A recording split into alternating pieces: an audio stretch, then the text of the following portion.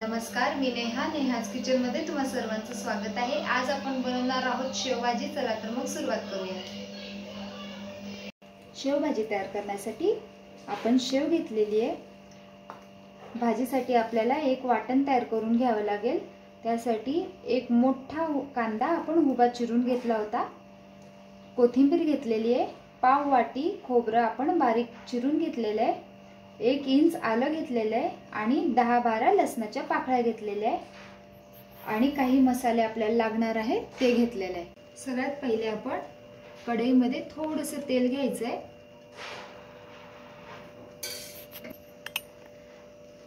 त्यामध्ये आपण कांदा परतवून घेऊ।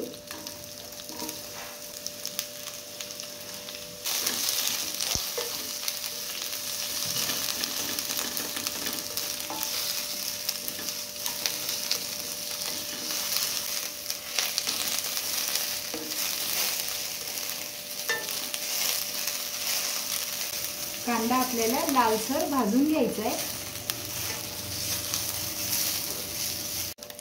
आपले कांदे लालसर भाजले गेले। आता आपण हे काढून घेऊया।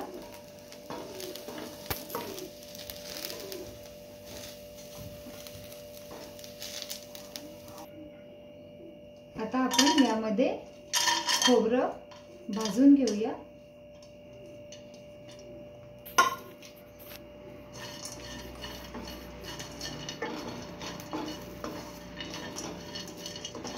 खोबरं देखील आपल्याला लालसर भाजून घ्यायचंय।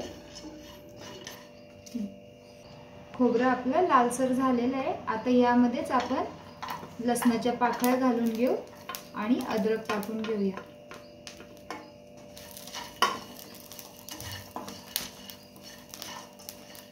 व्यवस्थित परतवून घेऊ।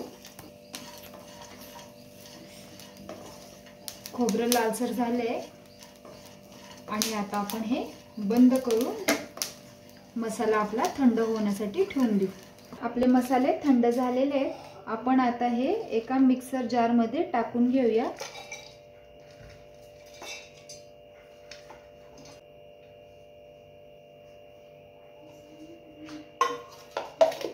आणि याची एक पेस्ट तयार करून घेऊ।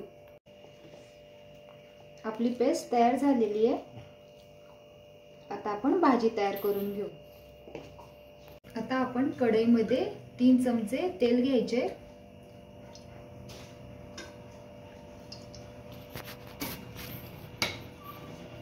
तेल तापलेलं आहे। आता याच्यामध्ये थोडीशी मोहरी टाकून घेऊ।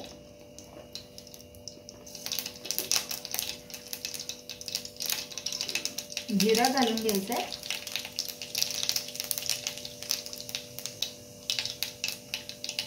आता आपण हा वाटून घेतलेला मसाला याच्यामध्ये टाकून घेऊया आणि व्यवस्थित हलवून घ्यायचा। मसाला आपल्याला व्यवस्थित परतवून घ्यायचा आहे। आता आपण याच्यामध्ये मसाले ऍड करू। पाव चमचा हळद घेऊ, 2 चमचे काश्मीरी लाल मिरची पावडर, 1 चमचा गरम मसाला घ्यायचा आहे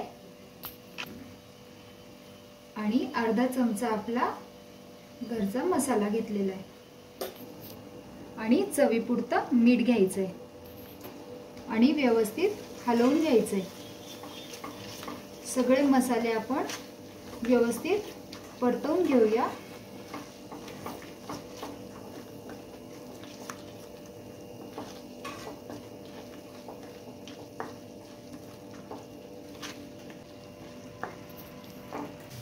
आपला मसाला व्यवस्थित परतला गेलेला आहे।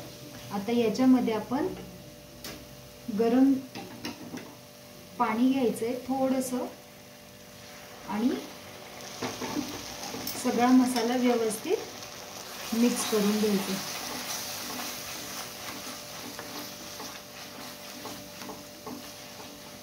आता मसाल्याला तेल सुटू द्यायचंय, तोपर्यंत मसाला परतवून घेऊ। आता आपल्या मसाल्याला तेल सुटलेलं आहे। मसाला परतला गेलेला आहे। आता आपण याच्यामध्ये गरम करून घेतलेलं पाणी ओतून घ्यायचंय। तुम्हाला घट्ट पातळ कसं हवं असेल त्या पद्धतीने तुम्ही पाणी कमी जास्त करू शकता। अशी कोथिंबीर टाकून घेऊया आणि भाजीला एक उकळी येऊ द्यायची। आपल्या भाजीला उकळी आलेली आहे। आता आपण याच्यामध्ये थोडीशी शेव टाकून घेऊ, थोडीशी कोथिंबीर टाकून घ्यायची आहे। आपली भाजी तयार झाली आहे। आता आपण ही सर्व करायला घेऊ। कशी वाटली तुम्हाला रेसिपी कमेंट करून नक्की कळवा। आवडल्यास लाईक शेअर सबस्क्राइब करायला विसरू नका। भेटूया पुन्हा अशाच नवीन रेसिपी सोबत। Bye bye.